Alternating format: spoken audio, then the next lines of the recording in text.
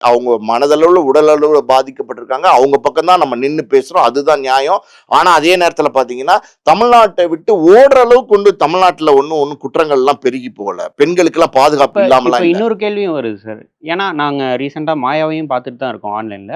மாயா இதுக்கு வாய்ஸ் அவுட்டும் பண்ணல. இது ஆமா உண்மதான்னு எதுவும் சொல்லல. அது ஒரு கேள்விக்குறியாவுது. மாயா சப்போர்ட் பண்ணல. இப்ப சுச்சி அவங்க வந்துட்டு ஒரு ட்வீட் போட்டிருக்காங்க. இது வந்துட்டு அ அபியூஸ் இல்ல.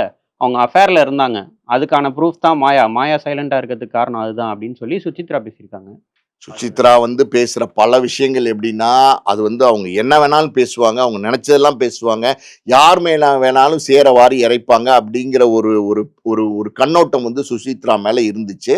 அந்த ஸ்ரீகாந்த், கிருஷ்ணாலாம் வந்து போதைப் பொருள்ல கைதானாங்கல்ல, அந்த நேரத்துல பாத்தீங்கன்னா, சுசித்ரா சொன்ன பல விஷயங்கள் உண்மையா தான் இருந்துச்சு. சுசித்ரா வந்து சினிமா பிரபலங்கள், சினிமால இருக்கிற பலருடைய வாழ்க்கைய பத்தி, சினிமால நடக்கிற அந்த டார்க் சைட்ஸ பத்தி வந்து அவங்க வெளிப்படையாவே பேசிட்டு இருக்காங்க. அவங்களுடைய வாய்க்கு யாரும் பூட்டு போட முடியல.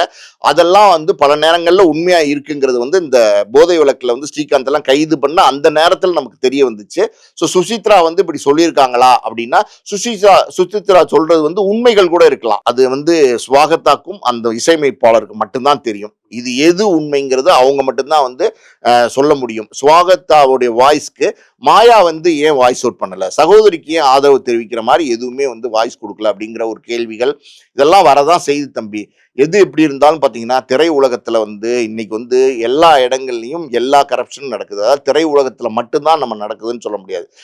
இது வந்து பாத்தீங்கன்னா இன்னைக்கு வந்து இது எல்லா வந்து ஒரு இடத்துலயும் நடக்குது. திரைத்துறைய எல்லாரும் பார்த்துக்கிட்டே இருக்காங்க. திரைத்துறை எல்லாரும் கவனிக்கிறாங்க தம்பி. இது வந்து மாஸ் என்டர்டெயின்மெண்ட் மீடியா. அதுல இருக்கிற நடிகர்கள் மேல, நடிகைகள் மேல, இயக்குனர்கள் மேல, மியூசிக் டைரக்டர்ஸ் மேல, பல பேர் அதுல இருக்கிற ஆட்கள் மேல நமக்கு ஒரு ஒரு ஈடுபாடு இருக்கு. நம்ம வந்து ஒரு ஃபேன் ஃபாலோவர்ஸா நம்ம நினைக்கிறோம். அவங்கள வந்து ஒரு மாடலா நினைக்கிறோம். அவங்கள நம்ம பின்பற்றோம்.